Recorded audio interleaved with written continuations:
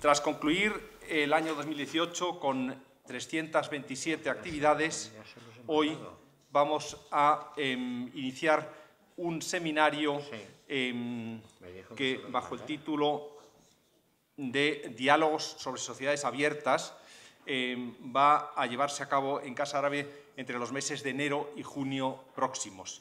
Son 13 conferencias dedicadas a temas árabe-islámicos. Trataremos el tema de la migración, desde luego, vanguardias culturales en el mundo árabe, la integración regional, feminismo, etc.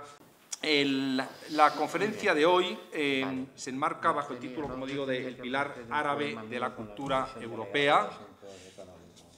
En la misma participarán el ministro don Josep Borrell, la profesora Susana Calvo, que es profesora de Historia del Arte de la Universidad Complutense, cuya labor de investigación se ha centrado en el estudio del arte y la cultura de Al-Ándalus y su entorno, también en su dimensión exterior. El profesor Emilio González Ferrín, que es ya la tercera vez que viene durante la etapa que yo estoy aquí como director general de la Casa Árabe. La profesora Susana Calvo ha venido anteriormente, pero no, lamentablemente, durante el periodo que yo he estado aquí como director general. Tenemos que reparar esta falta, querida profesora. Bueno, el profesor Emilio González Ferrín es profesor de Islamología e Historia y Estudios Árabes de la Universidad de Sevilla, y su investigación y docencia tratan de superar la visión orientalista en la interpretación de la historia árabe islámico.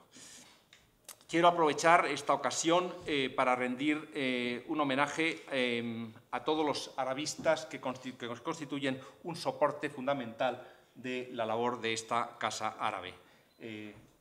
Muchas gracias, desde luego, a vosotros dos, pero quiero ampliar el agradecimiento a todos los arabistas.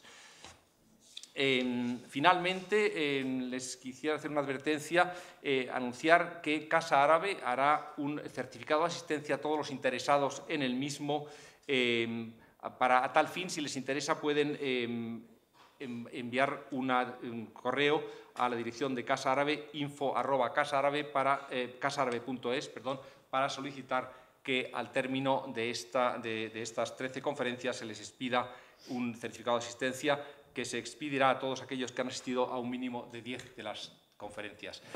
Muchas gracias, querido ministro, que también, por cierto, es presidente del consorcio Casa Árabe. Muchas gracias por honrarnos hoy con tu presencia y, por favor, tienes la palabra. Gracias. El Ministerio quiere sacarle el partido a la Casa Árabe. Creo que es muy bueno que el Ministerio tenga una institución como esta.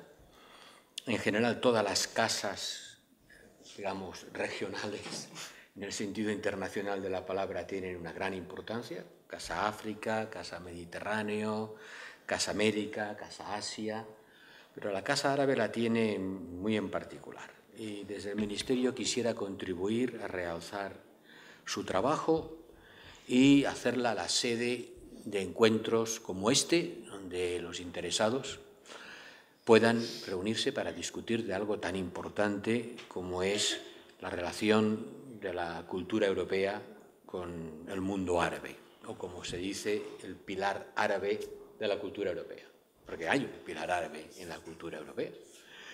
Cuando discutíamos la convención allá por el año 2000, se decía las raíces cristianas de Europa, es decir, las raíces cristianas y las judaicas y las musulmanas, porque también existen esas raíces, ¿no? Al final creo que es mejor dejar a Dios en paz y dedicarnos a las cosas terrenales, pero sin olvidarnos de que las culturas tienen también una dimensión que procede de la religión. Y por eso hemos querido, y agradezco, director, que te lo hayas tomado de una manera tan proactiva, organizar este seminario que hemos denominado Sociedades Abiertas, y que tiene el objetivo de analizar desde múltiples perspectivas el fenómeno migratorio como muestra de nuestra relación con el mundo árabe o islámico. Además, estas son prioridades de la política exterior de España. Y creo que es bueno que pidamos la ayuda, no que demos la oportunidad, sino que pidamos la ayuda de los expertos universitarios, personalidades políticas, representantes de las sociedades civiles, para generar conocimiento sobre estos temas, tanto para el Ministerio como para los ciudadanos. Y sería muy bueno también, director, que las intervenciones no se quedaran en palabras que se las lleva el viento, sino que se registraran y se publicaran. No necesariamente en papel, basta con que las colguemos de la red y que todo el mundo las pueda disfrutar. Hoy empezamos con dos reputados arabistas, los profesores Calvo y González Ferrín, que nos explicarán cómo lo árabe forma parte del europeo. Si los teléfonos se pudieran callar estaría mejor, ¿no? Que nos instruirán sobre cómo lo árabe forma parte del europeo. Me alegra ver que la sala está llena. Espero que sea así durante todas las sesiones del seminario. Hay que sacar publicación con los textos de los ponentes, hacer una colección de lo que podríamos llamar los cuadernos de Santa Cruz, donde impulsáramos la difusión del conocimiento que este ministerio genera, que créanme, es mucho. Frente a las visiones cerradas y xenófobas de la sociedad, creo que debemos apostar por una sociedad abierta a las ideas, al conocimiento, a la transferencia de tecnología, a los bienes y servicios, a las personas, mediante canales seguros como los que propone, aunque sea a nivel no vinculante, el Pacto Mundial de Marrakech. Y es especialmente bueno que lo hagamos nosotros, los europeos, a los que llamábamos el viejo continente y que cada vez merece más este nombre de viejo continente. Dicen que en el 2050, probablemente yo no lo llegaré a ver, pero los demógrafos nos anticipan que el mundo rondará los 9.710.000 millones de personas. Cuando yo nací tenía 3.000. Y Europa seguirá teniendo más o menos los mismos 500 millones que tiene ahora. Es decir, representará solo el 5% de la población mundial. En cambio, África, siempre según los demógrafos, tendrá 2.500 millones. Cuando yo nací me dijeron que había 600 millones de africanos, eso me dijeron en el colegio. Caramba, de 600 a 2.500 es una más que 4 veces. Tendrá 5 veces más personas África que Europa. En el 2030 India tendrá 1.500 millones. Hoy tiene ya 1.350 y ha superado a China. Europa quedará reducida a una pequeña porción de la población mundial frente a colosos. Y el problema es posible encerrarse en banda la emigración y convertirnos en un continente de viejos blancos, pero viejos.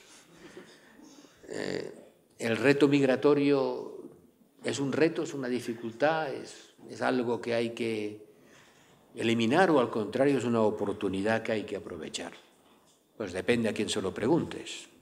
Hace poco tuve la oportunidad de estar en Budapest discutiéndolo con el presidente, con el primer ministro Orbán, y él lo tiene muy claro: no migration, no emigrantes, pero no musulmanes, no de ninguna clase.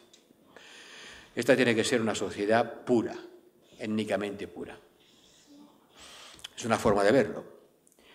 Pero está claro que la propia Hungría tiene en este momento un invierno demográfico, un pleno empleo, con tensiones muy fuertes en el mercado laboral, no llega a poder suministrar la mano de obra que necesita su expansión industrial, tiene casi que obligar a hacer horas extraordinarias en unas cantidades muy elevadas. ¿No es la inmigración una oportunidad para frenar el invierno demográfico que se cierne sobre Europa y asegurar la sostenibilidad de los sistemas de pensiones por reparto? Pueden ser las migraciones un activo, pueden contribuir a crear una sociedad multicultural que se asuma como tal, donde la multiculturalidad no sea como en la India de los últimos días del Raj, un enfrentamiento a muerte. Gestionar identidades es sin duda algo complejo. Es más complejo gestionar identidades que gestionar una moneda.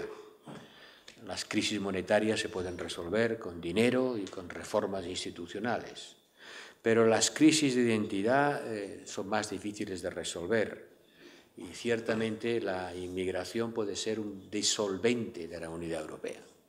Puede despegar las piezas que hemos puesto juntas.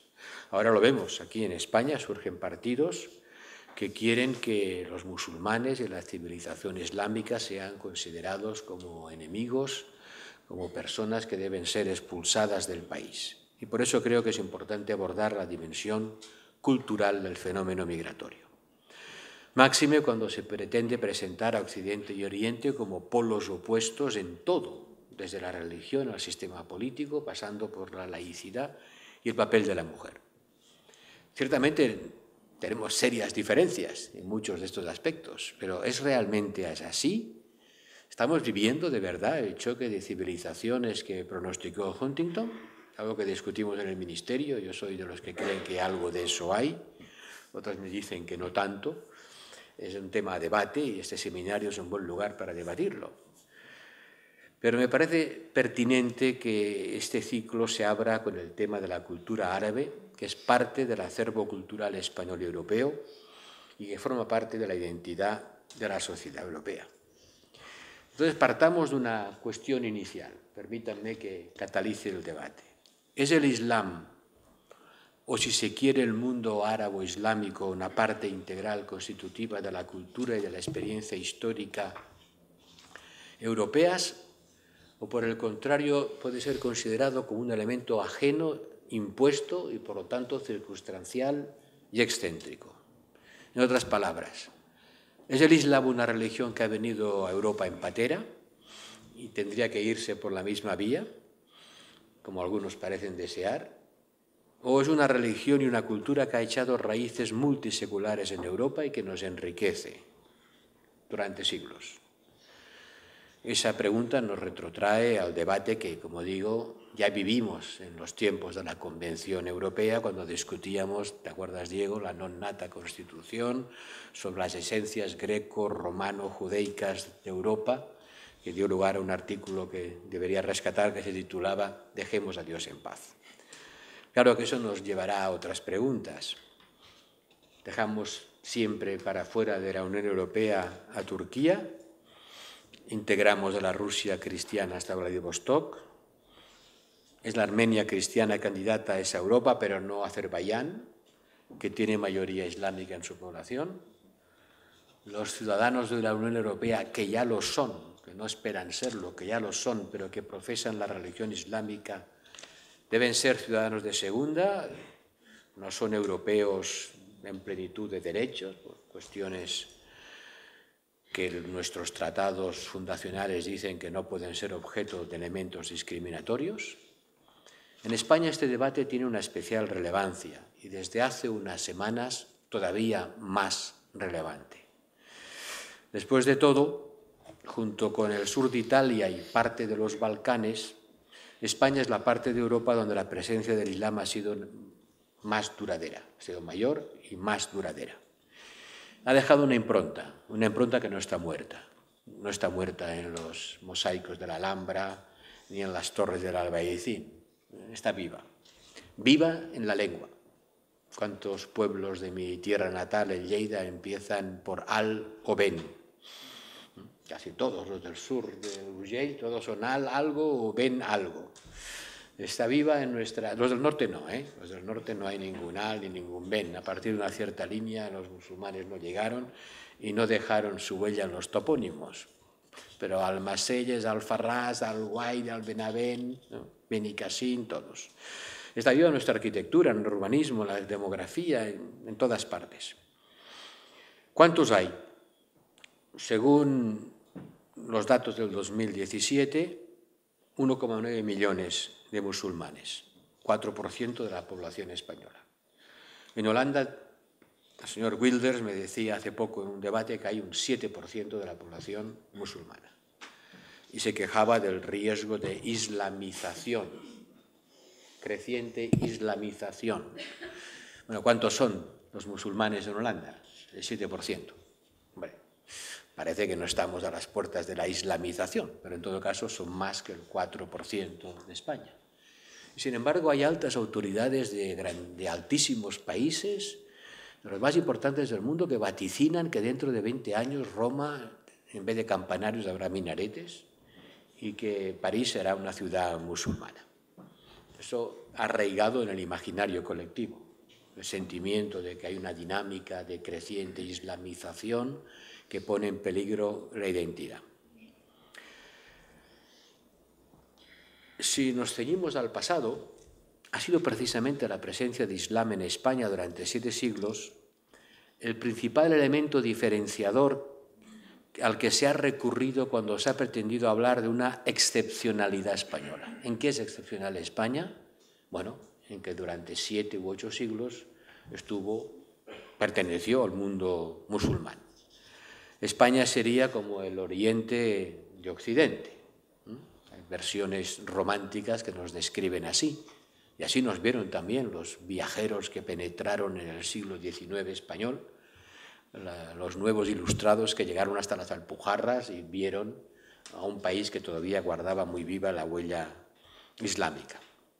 Pero yo creo que para España, si queremos hablar de España sin resabios y sin temores, lo importante de España es aceptar su experiencia histórica en su totalidad, no amputarla de ninguna de sus partes, comprenderla, hacerla inteligible para nosotros mismos y ver en qué medida es útil esa visión de la España compleja, mestiza, que es útil en ese momento que vive Europa y el Oriente. Y para eso hay que llegar a integrar ese factor islámico en su justa medida dentro de la historia de España y, por lo tanto, dentro de la historia de Europa. Sí que hay un pilar árabe en la cultura europea. Solo puede contestarse de forma afirmativa. Vas a Budapest y encuentras lleno de rastros de la presencia musulmana a través de los siglos de dominación turca. Solo puede contestarse en afirmativo, aceptando que previamente también hay un pilar árabe o árabe islámico en nuestra cultura española. Por lo tanto, el elemento árabe-islámico en Europa no se debe únicamente a la afluencia reciente de los que han llegado en pateras, ni siquiera como consecuencia del proceso descolonizador.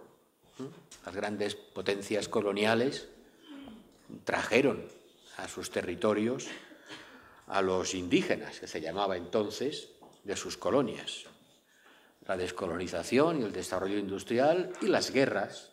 No olvidemos cuántos musulmanes fueron carne de cañón en las guerras europeas.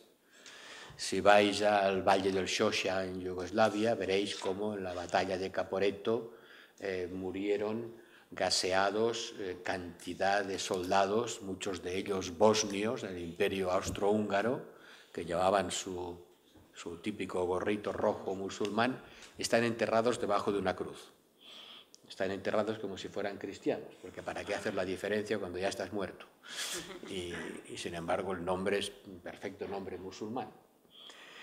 El Islam y el mundo árabe forman parte del acervo cultural europeo en buenas medidas gracias a la contribución de esos países originarios a nuestros propios conflictos. Y por eso creo que hay que encontrar soluciones a cualquier elemento de conflictividad que se genere por la presencia en Europa de un pilar árabe. Quiero recordar árabe musulmán, que no es lo mismo. Ya me lo explicasteis. Hay que recordar que fue España quien lanzó la idea de la Alianza de las Civilizaciones, que las Naciones Unidas han hecho suyas y que han nombrado recientemente a un predecesor en mi cargo, el ministro Moratinos, como alto representante para esta política. Y está la Unión por el Mediterráneo, que España también quiere contribuir a impulsar, porque también podría desempeñar un papel importante en la gestión mutuamente beneficiosa de las migraciones y el redescubrimiento de una cultura compartida entre las dos orillas.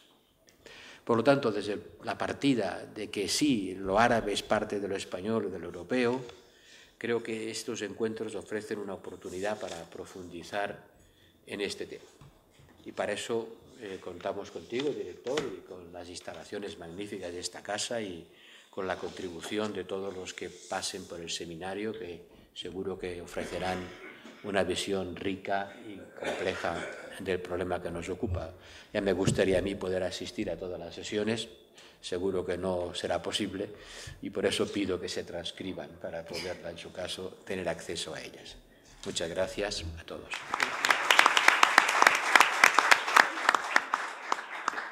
Muchas gracias, ministro.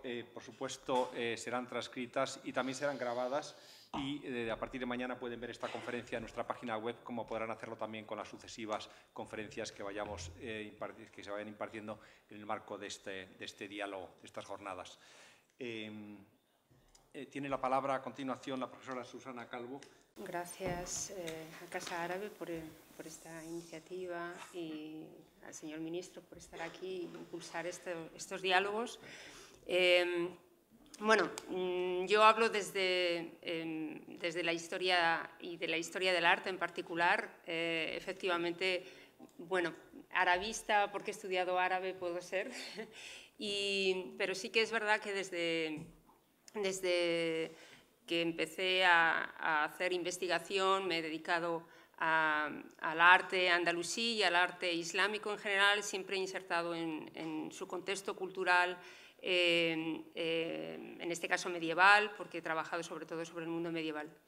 Pero es muy curioso porque desde que yo arranqué los estudios, que era una cosa bastante peculiar, es decir, por lo general hasta los años 80 prácticamente, la historia del arte andalusí como tal no existía. Los estudios sobre la Alhambra, la Mezquita de Córdoba, cualquier otro monumento que puedan ustedes traer a la imaginación, casi siempre estaba en manos o bien de los arabistas propiamente dichos, es decir, filólogos árabes que conocían las fuentes árabes y que por tanto llevaban una ventaja y podían hacer una aproximación a esos monumentos. Por otro lado, los arquitectos y los arqueólogos, los arquitectos restauradores sobre todo, pues durante prácticamente toda la primera mitad y parte de la segunda mitad del siglo XX, quienes hablaron de la Mezquita de Córdoba o de la Alhambra de Granada fueron los arquitectos restauradores, Torres Balbás, Félix Hernández, etcétera. Lo mismo con Medina Zahara, que acaba de ser reconocida por la UNESCO. La labor que se llevó a cabo en Medina Zahara partía casi siempre pues, de los arqueólogos y de los arquitectos que trabajaron allí. Todos ellos hicieron una labor ingente y nos dejaron un poco a las generaciones sucesivas ya de la segunda mitad del siglo XX pues una labor de un estudio un poco más desde el punto de vista histórico, que es un poco lo que hemos intentado hacer desde la historia del arte y con paradigmas bastante diferentes a los que se habían utilizado en la primera mitad del siglo XX. Es muy curioso porque cuando uno busca historiografía sobre el arte islámico en general, o mejor dicho, como se llamaba entonces, el arte árabe o el arte hispano-musulmán, que eran un poco los nombres que recibía, pues nos encontramos varios elementos que llaman mucho la atención. Por un lado, el arte de Al-Ándalus era o bien un arte islamizado, un arte cristianizado, un arte hispano y por tanto desgajado del resto del mundo islámico. De esa manera bueno, se podía ver como algo propio y en ese sentido tuvo mucho que ver en el siglo XIX pues, la invención de dos estilos, que era el estilo mudéjar y el estilo mozárabe, que eran nada más que eso, eran en realidad eso, un arte islámico cristianizado y por tanto mucho más cercano a un poco a lo que era pues, el concepto de la identidad española como una identidad cristiana, evidentemente. El estudio de esos dos estilos, dijéramos, retrasó mucho el estudio del verdadero arte islámico, porque bueno, se consideraba que el arte de la península había sido algo diferente a lo demás, al resto del mundo islámico. Otra de las visiones era un poco esa que comentaba el señor ministro de los viajeros que llegaban de Europa y que veían en Al-Ándalus pues, la puerta de África, ¿no? El primer lugar donde se iniciaba ese arte oriental que les llevaría después hasta Damasco y hasta Mesopotamia. y por tanto se veía pues eso, también con unos ojos románticos, de orientalismo. De hecho, las intervenciones que se hicieron en la Alhambra de Granada a finales del siglo XIX, a lo largo del siglo XIX, fueron incluso para incrementar esa visión o ese aspecto oriental, casi persa, ¿no?, de la Alhambra de Granada. Y en ese sentido, visto desde ese modo, el arte, los monumentos, el patrimonio de Al-Ándalus en la península dejaba de ser hispano, es decir, era algo exótico, algo oriental, que en el fondo poco tenía que ver con nuestra idiosincrasia, con nuestra identidad, y por tanto se dejaba de lado, ¿no? Entonces, entre esas dos visiones, o el olvido directamente, es decir, bueno, hasta ahora, de hecho todavía cuando se hicieron los nuevos planes de estudio en la universidad, todavía el estudio del arte islámico estaba completamente desgajado de lo que era el arte medieval hispano. Es decir, por un lado se estudia en compartimentos absolutamente estancos, por un lado se estudia el arte cristiano y por otro lado se estudia el arte islámico. De hecho, al arte cristiano se le dedican varias etapas porque tiene un desarrollo, sin embargo, el arte islámico es como si fuera uno y homogéneo, se estudia todo en conjunto y no ha habido ni evolución ni nada parecido. Entonces, ese tipo de visión, que todavía, ya digo, sigue bastante presente, y de hecho, bueno, hay algunas universidades donde somos privilegiados porque tenemos un amplio repertorio, un amplio catálogo de asignaturas que además entre los alumnos tiene mucho éxito, y sin embargo en otras universidades directamente prácticamente ni existe ni el arte islámico ni el arte andalusí. Por tanto, bueno, entre esas dos visiones un poco se movió la historiografía reciente, y sin embargo, y bueno, por ejemplo, una de las cosas más llamativas cuando yo empecé a estudiar arte islámico era el hecho de que pues una visión un poco peyorativa, ¿no? Por un lado se decía, bueno, la decoración islámica es abigarrada, es eso que se llama el horror vacui, es decir, que todo está ahí puesto todo junto, sin ningún tipo de espacio libre, sin ningún sentido, y por tanto incomprensible. Y por otro lado, pues todos los espacios, pues por ejemplo en la Alhambra es muy divertido leer las introducciones que hacía Gómez Moreno a los libros a los catálogos de historia del arte hispana, porque hablaba de la vida muelle. La vida muelle en los palacios de la Alhambra, ¿no? Eso era, en realidad, ese era el concepto que se tenía de un palacio islámico, ¿no? Un palacio de ocio y un palacio de... entonces, ya digo, hasta hace un par de décadas, 3 décadas, no se han empezado a incorporar, bueno, no se ha empezado a hacer una crítica de esa visión de Al-Ándalus que nada aportaba, que nada tenía que ver con el mundo cristiano y, por tanto, con la identidad española, y se empezó a abordar desde otro punto de vista. Entre otras cosas, porque mal que pesara a algunos, teníamos los mejores ejemplos de arte islámico medieval que se conservan prácticamente en todo el Mediterráneo. La mezquita de Córdoba es uno de los monumentos más antiguos del Islam conservados, además conservados en su integridad, es decir, prácticamente sin tocar en muchas partes. La Alhambra de Granada, lo mismo, es uno de los escasos palacios islámicos que se conservan sin tocar prácticamente o con muy pocas intervenciones posteriores, con lo cual teníamos un patrimonio que era necesario no solamente enseñar a los turistas, sino que también había que comprender y además explicarlo dentro de lo que es nuestra historia. Es decir, todavía me llamaba la atención eso cuando se han nombrado Patrimonio de la Humanidad por la UNESCO Medina Zahara. En uno de los artículos que aparecía publicados en la prensa decía algo así como que por fin vamos a hacer nuestro este pasado, ¿no? Es que nuestro era, aunque no nos quisiéramos dar cuenta, pero nuestro era, con lo cual lo único que había que hacer era integrarlo en el discurso, si quieren, de nuestra cultura. Cuando se ha empezado a estudiar y sobre todo a poner en contexto el arte andalusí, pues lo importante era ponerlo en contexto no solamente de Occidente, porque aquí estamos, es decir, el arte andalusí es un arte occidental, mal que pese a algunos, es decir, tan occidental como el arte románico en la península. Y por otro lado, insertarlo también en el mundo islámico, es decir, el Al-Ándalus no estaba aislado, nunca lo estuvo, y sus fuentes culturales, sus fuentes creativas estaban también en el mundo islámico y nunca estuvo fuera del mundo islámico. Entonces, en ese sentido, la labor que se ha realizado en los últimos años es espectacular. Por ejemplo, voy a citar solamente pues una obra enciclopédica que es en la Biblioteca de Al-Ándalus, que ha sido publicada por la Fundación Ibn Tufail, donde se recogen a todos los autores que escribieron algo sobre algo, ya puede ser literatura, cualquier tipo de ciencia, nacidos en Al-Ándalus, nacidos o incluso llegados al Al-Ándalus de otros lugares, ¿no? Todos aquellos que dejaron obras escritas. Y es una enciclopedia de 7, 8 volúmenes donde aparece reflejado todo el corpus del saber que se creó en Al-Ándalus, que se creó y que se exportó o incluso que se importó, porque muchas de las cosas llegaban también de fuera. Entonces, solamente eso ya nos da una idea de cómo han avanzado las cosas, es decir, ahora somos capaces de, por lo menos, de conocer a la gente que dio lugar pues, a edificios como los que hemos conservado, ¿no? Como la mezquita y la Alhambra.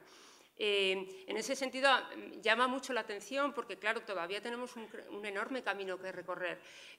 Cuando yo doy clases en la universidad, una de mis primeras clases cuando explico arte islámico o arte de Al-Ándalus es hablar de las fuentes árabes.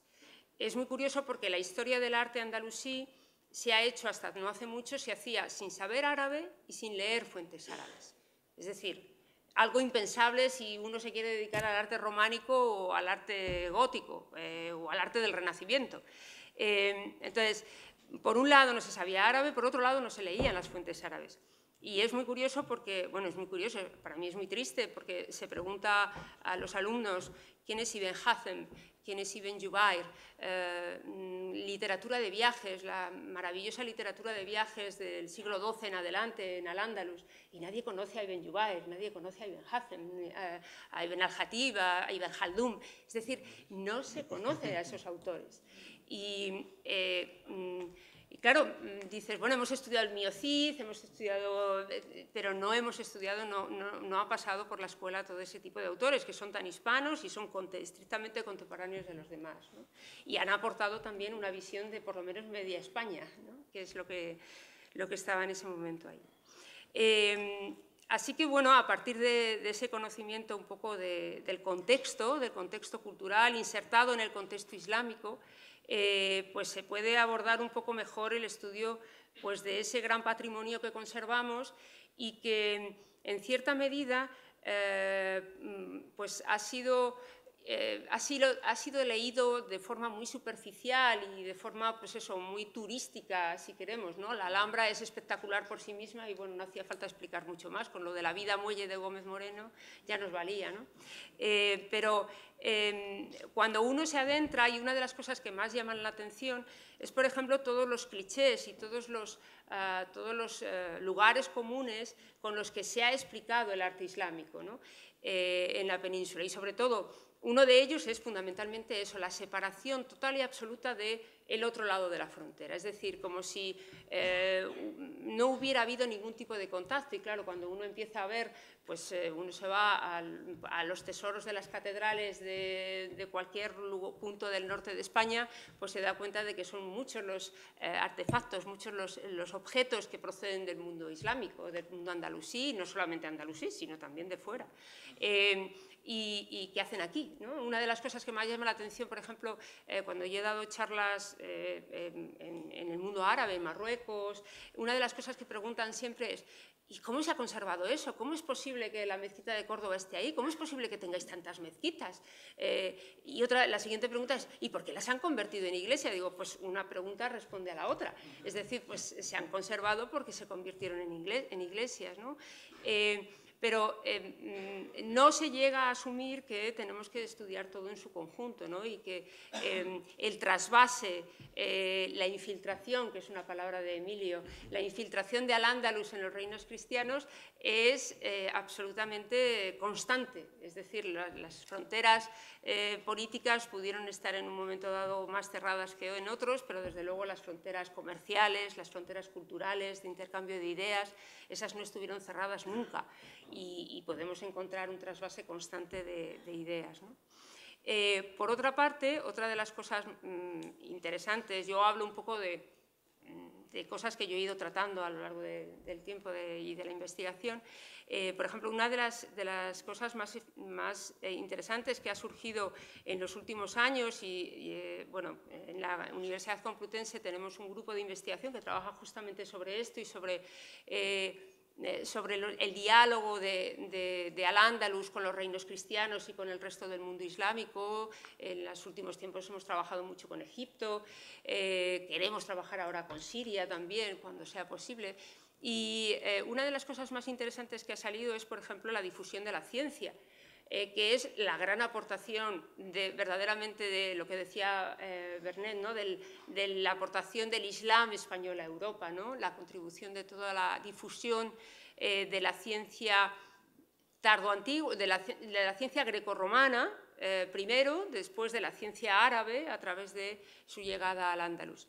Y una de las cosas más interesantes es que Al-Ándalus fue un foco creador desde el principio, es decir, no fue a remolque del resto del mundo islámico, sino que fue un foco creador tan importante como lo pudo ser Egipto en ciertos momentos o como lo era Bizancio, entre otros lugares en el Mediterráneo con el que también se mantuvieron intensos contactos.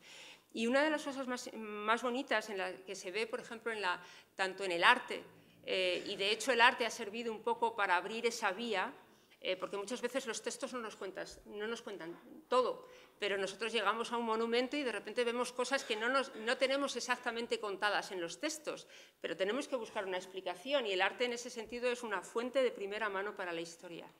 Pues por ejemplo la lectura que se hace en Al-Ándalus, y en ese sentido un poco viene a insertarlo verdaderamente en nuestra historia y en nuestra identidad.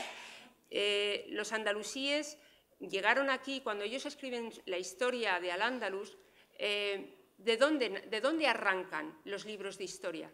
Pues los libros de historia arrancan de Tartesos, nada menos. Arrancan del rey de Tartesos, del rey griego, que ellos llaman, de los emperadores romanos, los reyes visigodos y los emires de Córdoba. No hay interrupción. Ellos se sienten herederos de todo ese legado patrimonial e histórico de la península. Y Al-Razi, que es uno de los primeros historiadores de Al-Ándalus, inicia su crónica nada menos que en Tartesos para continuar hasta el momento en el que él escribe, que es el Califato de Córdoba. Es decir, que hace toda una historia, además, ilustrada con todos los monumentos, todo el legado patrimonial que tienen de esa historia, hace todo un discurso en el que no hay absolutamente ninguna interrupción. Y eso se ve muy bien en Córdoba en el siglo X. Los califas se sienten herederos de todo el legado grecorromano.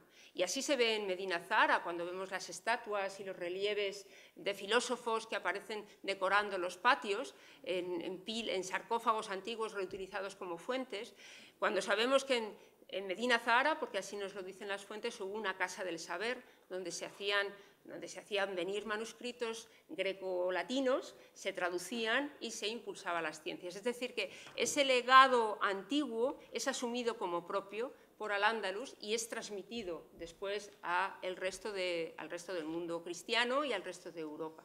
Entonces, ese tipo de cosas que, de hecho, ya digo, es algo que conocemos en parte a través de las fuentes, pero sobre todo a través de la historia del arte, a través del arte, es algo que nos tiene que hacer reflexionar sobre realmente, bueno, cuando después Alfonso X el Sabio hace exactamente lo mismo, es decir, recoger la historia, sentirse herederos de esa historia antigua, incluido Al-Ándalus, tendríamos que reflexionar sobre si tenemos que retomar esa idea de Alfonso X para incluir todo Al-Ándalus y todo el mundo islámico dentro de nuestra propia identidad y de nuestra historia, ¿no?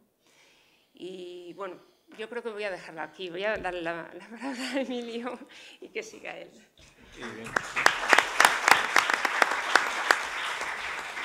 Muchas gracias, profesora, por poner de manifiesto algo tan obvio, ¿no?, pero tan ignorado, como bien has dicho, como es la importancia de la presencia de lo árabe en la cultura española, ¿no?, que ha sido ignorado, cuando no denostado, durante largo tiempo. Parte de la labor de esta casa es también poner en valor toda esta herencia riquísima que también nos une a los queridos países árabes. Muchas gracias. El profesor González Ferrín tiene la palabra. Señor ministro, señor director, señoras y señores, como suele decirse con la venia, a mí me enorgullece estar en unas jornadas sobre sociedades abiertas viniendo del campo del que vengo, de la islamología, porque ya es una posición intelectual, ya es una posición teórica el hecho de que estemos aquí dos expertos en cuestiones islamológicas hablando sobre sociedades abiertas, sociedades multiculturales, sociedades multiconfesionales, multiétnicas, multirraciales. El concepto de sociedad abierta es un concepto que parece que estamos inventando la denominación, pero se ha existido a lo largo de toda la historia. Lo fue una sociedad abierta del Imperio Aqueménida, lo fue la Hela de Alejandro Magno, lo fue, y ahora se está celebrando unos homenajes muy particulares, la Roma de Adriano, la Roma que no batalló, la Roma que pacificó, la Roma que estaba dirigida por un emperador que resulta que valoraba escribir en griego sus cartas. Es el segundo emperador romano del que más cartas se conservan, eran en griego, le encantaban las noticias de Egipto y permitía que en todo el norte de África se utilizara administrativamente la lengua púnica, porque se suponía que era una lengua más de Roma. Es decir, las sociedades se suman. No ha habido ninguna civilización grande, en el sentido de que la historia lo recoge como una gran mancha de aceite, que no haya sido simbiótica con respecto a lo que había alrededor. Y a la contra, no ha habido ninguna civilización exclusivista que haya llegado absolutamente a nada más allá de un par de barrabasadas históricas que se recogen en los anales bélicos. Por lo tanto, esa idea de sociedad abierta ha existido siempre. Lo fue, lo es aún la ciudadanía europea, el sentido de la Unión Europea, actual denominación, pero cuando empezó con las comunidades europeas, empezó como un sueño, una esperanza puesta en vigor de una sociedad abierta. Yo empecé mi carrera utilizando este aparato institucional de la Unión Europea para relacionarse con el mundo árabe, que se llamó Diálogo Euroárabe. Precisamente un libro mío del 97 lo editó el Ministerio de Asuntos Exteriores, y a caballo entre el Cairo y Bruselas, pues desarrollé un trabajo sobre una institución absolutamente olvidada en la Unión Europea actual, que es el Diálogo Euroárabe, el diálogo institucional entre la Liga Árabe y los Estados europeos. En el año 1973 fue la primera vez que se puso a prueba una herramienta que había creado entonces las comunidades europeas para su política exterior, el germen de la PESC actual, la Política Exterior y de Seguridad Común, que fue el informe de Avignon de 1970. En 1973, para intentar que no se repitiera la crisis petrolífera del 67 y que se había repetido fugazmente en el 73, Europa decidió que no podía depender de conversaciones transatlánticas para hablar con el mundo árabe, e inventó esa posibilidad de, si no tenemos una sola voz, tengamos al menos una cierta sinfonía de voces para hablar con el mundo árabe. Y cuando organizó la primera reunión del Diálogo Euroárabe, se dio cuenta de que enfrente no tenía árabes, sino tenía de varios países, y el primer representante era el representante palestino.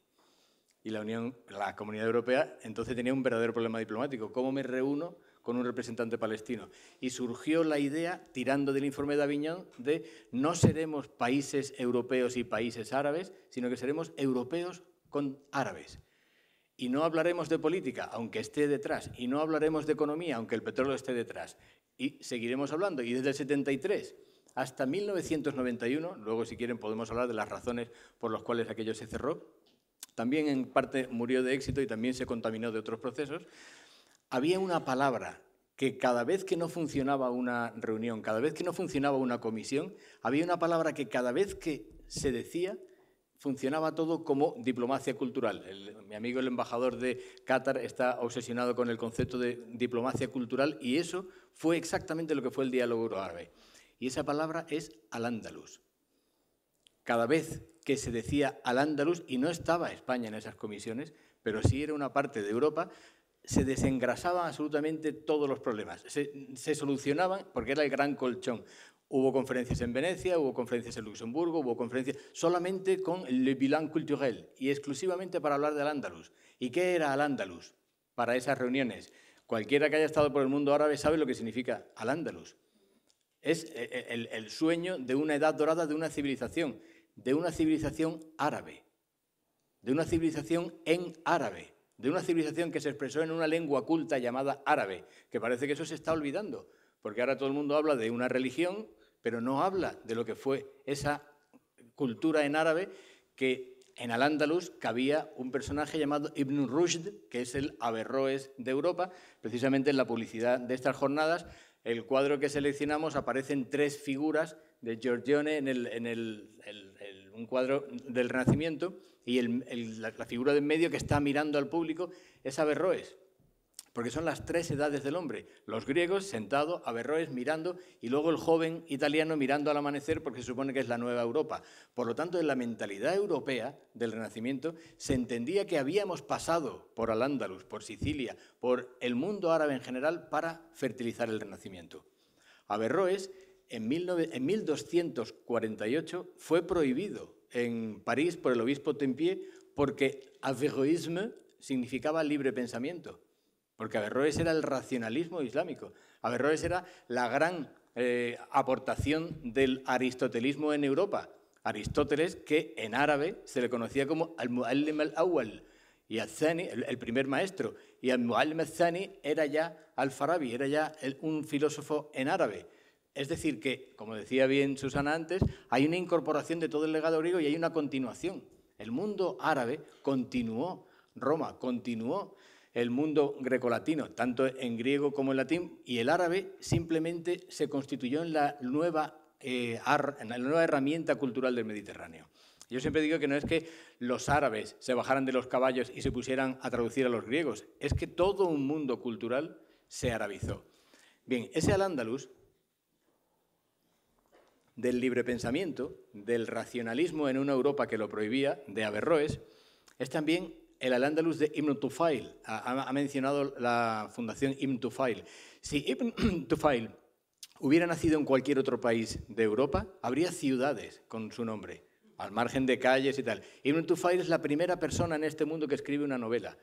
Y esa novela es una novela sobre un niño que han abandonado en una isla y a partir de simplemente su propia experiencia con lo que hay alrededor llega al conocimiento de todas las verdades científicas, incluso a la posible existencia de Dios en los movimientos de los planetas. Es un gran viaje.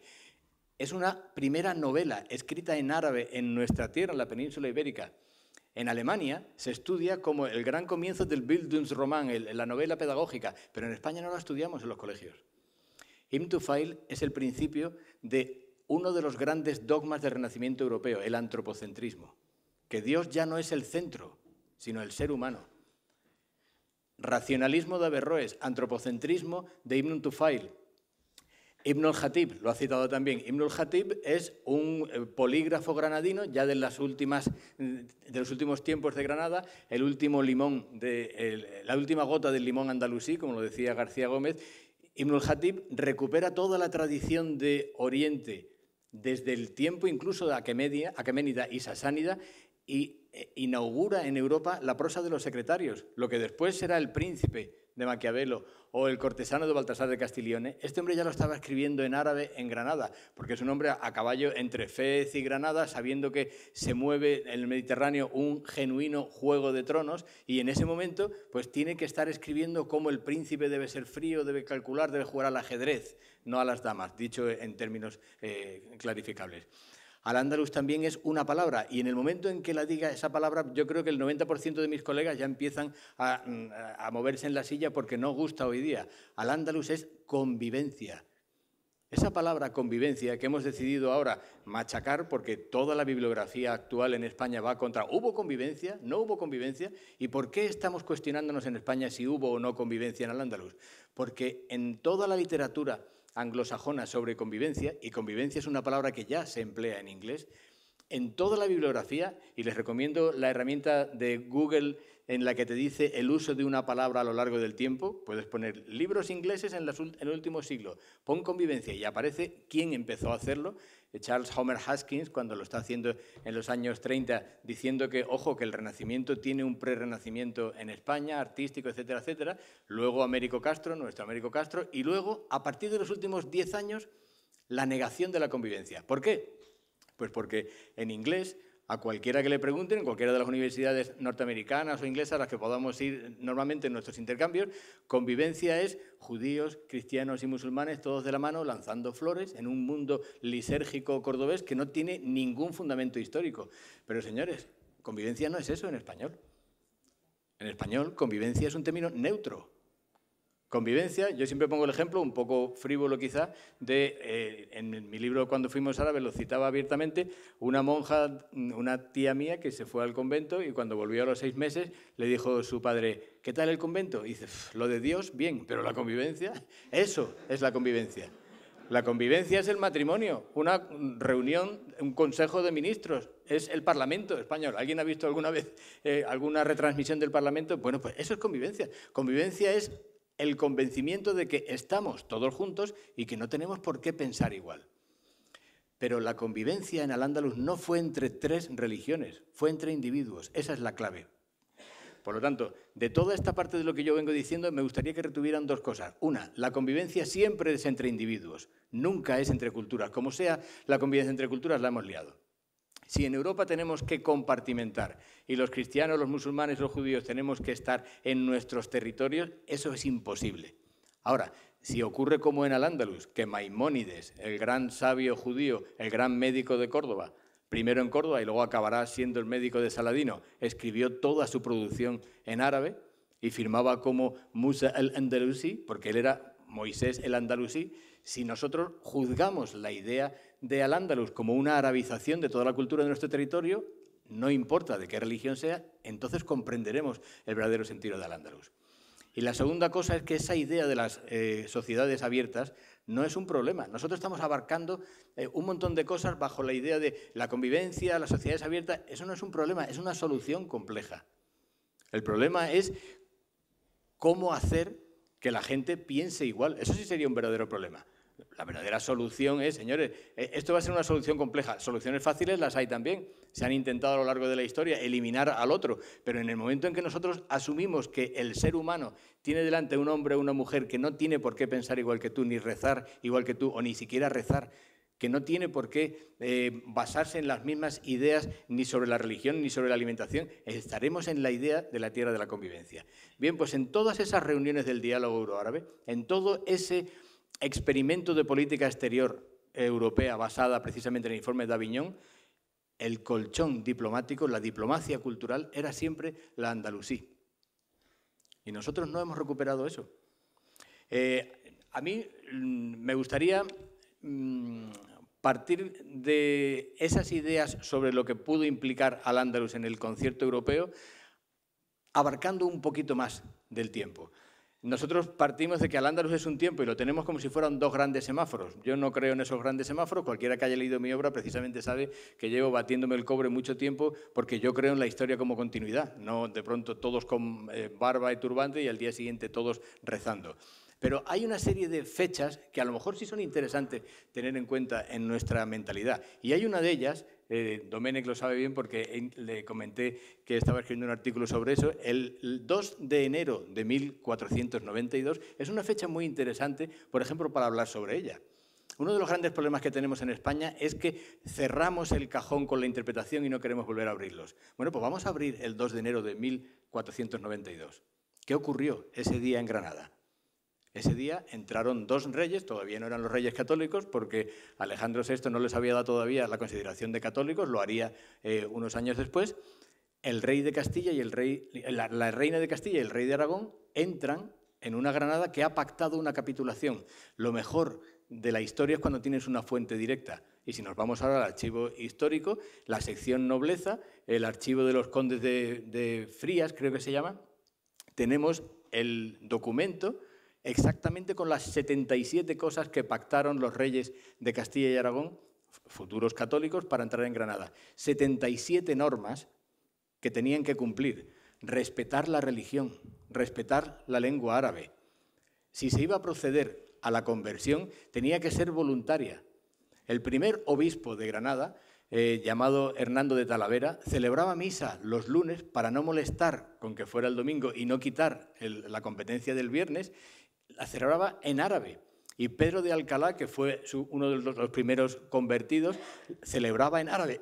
¿Pero qué ocurrió después del 2 de enero de 1492? Una fecha, por cierto, que podría celebrarse perfectamente, porque fue la fecha de la convivencia, de la suma de España. Es el principio. Cualquier historiador medieval sabe que ahí está la frontera entre la España medieval y la Europa medieval y la moderna. Es el salto de España, cierra España y salta a América. Siempre pensamos en el Peñón de Gibraltar como una frontera norte-sur, pero la verdadera frontera del Peñón de Gibraltar fue Mediterráneo-Atlántico. A partir de ese momento, Europa dejó de mirar hacia Oriente y miró hacia Occidente. Es una fecha emblemática, pero años después, y no muchos, en 1499 destituyeron al arzobispo Hernando de Talavera y llegó un señor llamado el cardenal Cisneros y metía a todos los musulmanes en una plaza e inventó el procedimiento de conversión por aspersión, con agua bendita y empezó a haber problemas por las calles del Albaicín, empezó a haber problemas en las Alpujarras y empezaron las guerras de las Alpujarras. Y los reyes no cumplieron más las capitulaciones de Granada. Los reyes de España traicionaron un documento firmado y no traicionaron, por ejemplo, el Foro de Navarra, que se incorporó a la corona mucho después y se mantiene. En el año 1963 todavía Franco estaba reelaborando unas leyes para seguir la idea de los... ¿Qué ha ocurrido? Que parece que hay unas tierras en España, de la España de los 5 reinos de entonces, que eran menos españolas, pero eso lo estamos viendo ahora. En aquel momento no lo eran. La verdadera convivencia era la diversidad de España. La diversidad de la gente que vive en el territorio actualmente llamado España. Un territorio en que la gente, como siempre suelo decir, hablábamos árabe, escribíamos árabe, porque si empleamos la tercera persona nos despistamos. Yo que siempre tengo las conversaciones con mi padre, me dice, oye, espera, es que estoy leyendo siempre, cada semana hay una reelaboración, pero entonces tú dices que vinieron. No, papá, yo digo que estábamos. Es decir, la idea no es ellos vinieron, nosotros. La idea es que todo lo que ha ocurrido en el territorio español, desde actualmente España, la península ibérica en aquella época, desde las cuevas de Altamira hasta ayer que vi salir, o anteayer que vi salir el Juan Sebastián Elcano de Cádiz, todo eso es la historia de este país. Y les aseguro que cualquier otro país utilizaría todas las fuentes culturales que enriquezcan su patrimonio al servicio precisamente de sus libros de textos. Nunca faltaría ese Ibn Tufail. Pero la segunda parte, y yo con eso ya quiero despedirme, es que esa es la gran herramienta de España para la gran triangulación que tiene que hacer España en la posición privilegiada que tiene entre el Mediterráneo, Europa y América. Decía Rodolfo Gil Benumella, en un libro de los años 50, en la época en que Nasser ya había dado el golpe de Estado, en 1952, era la época del gran sueño panarabista, el gran partido Ba'ath será constituido muy poco después, precisamente por cristianos, musulmanes por igual. La gente era árabe, no eran cristianos o musulmanes. Eso es una reincorporación, eso es un sello actual. Decía Rodolfo Gil que Oruba, que es arabidad en árabe, ese sentimiento de arabidad que entonces arrasó por todo el mundo árabe, había sido acuñado por un árabe que había emigrado a Buenos Aires y viendo lo que nosotros entendíamos como hispanidad, desde hispanidad creó Oruba, arabidad. Bien, esa es la idea de los vasos comunicantes de nuestra historia. Esa es la idea que enriquece a esta España dentro de Europa, que no es que tenga que proyectar una política euro-mediterránea, porque ese guión entre lo euro y lo mediterráneo ya está dividiendo. Es que Europa es mediterránea. Es que la idea de Europa surgió en el Mediterráneo. Por lo tanto, a mí me enorgullece estar, insisto, en estas jornadas sobre sociedades abiertas, en un sitio, Casa Árabe, con una compañera que llevamos muchos años trabajando juntos, con un ministro que cree abiertamente en esta triangulación de las tres posibilidades de centrifugado de la idea de la cultura española, centrifugado por fin de ideas, no de personas, porque llevamos toda nuestra historia centrifugando a personas.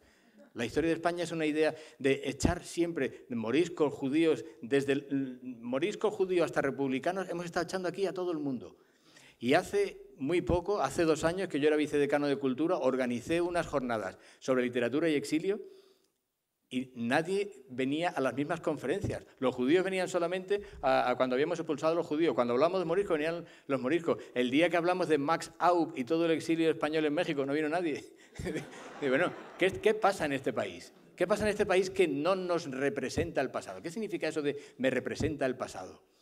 Yo tengo una amiga que viajó a Israel, esto a lo mejor si está por aquí porque es de Madrid, bueno, se reirá conmigo porque me río mucho de eso que dice ella. Fue a Israel y le gustó tanto Jerusalén que me dijo, me ha encantado Jerusalén y yo he descubierto que es que si me gusta tanto es porque tengo sangre judía. Y digo, pues menos mal que no ha sido a la Antártida y habréis tenido sangre pingüina. Nosotros no podemos estar permanentemente representándonos en el pasado. Nosotros heredamos un pasado. Y ese pasado es con toda su complejidad. Y esa complejidad se llama convivencia y se llama sociedades abiertas. Termino simplemente con la idea de dar las gracias al director de Casa Árabe por este lugar. Al Baitul Arabi ni siquiera es Casa Árabe, cualquier Casa Árabe. Es el artículo, la Casa Árabe. Este lugar tiene en sus manos, tiene en todo su futuro proyectable, tiene la reincorporación, la reinstauración de ese diálogo euroárabe. Las amistades que tenemos, cualquiera de los que nos dedicamos a esto y que siempre que vengo a Casa Árabe están, los embajadores árabes que están viendo, saben perfectamente que el valor de España en esa triangulación Mediterráneo, Europa, América, está en el legado andalusí. Por lo tanto, proyectemos esa idea y, no sé, estemos orgullosos del tiempo aquel en que fuimos árabes. Muchísimas gracias.